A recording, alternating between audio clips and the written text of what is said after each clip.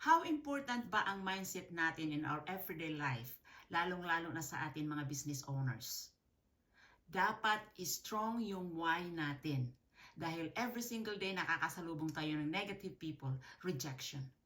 Kung hindi tayo strong sa why natin we started a business, is kunting aberya lang ay tatalikuran na natin yung pangarap natin para sa pamilya natin at para sa mga anak natin. Nagwo-work tayo online every single day, nagbabago yan. So, we are supposed to be open to embrace changes every single day.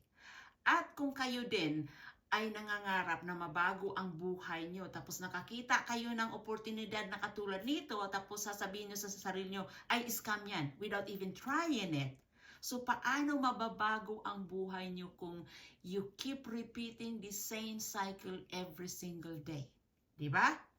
Now, kung ikaw ay ready na mabago ang buhay mo, na ikaw ay ready to surround yourself with the right people, usap po tayo at matutulungan namin kayo.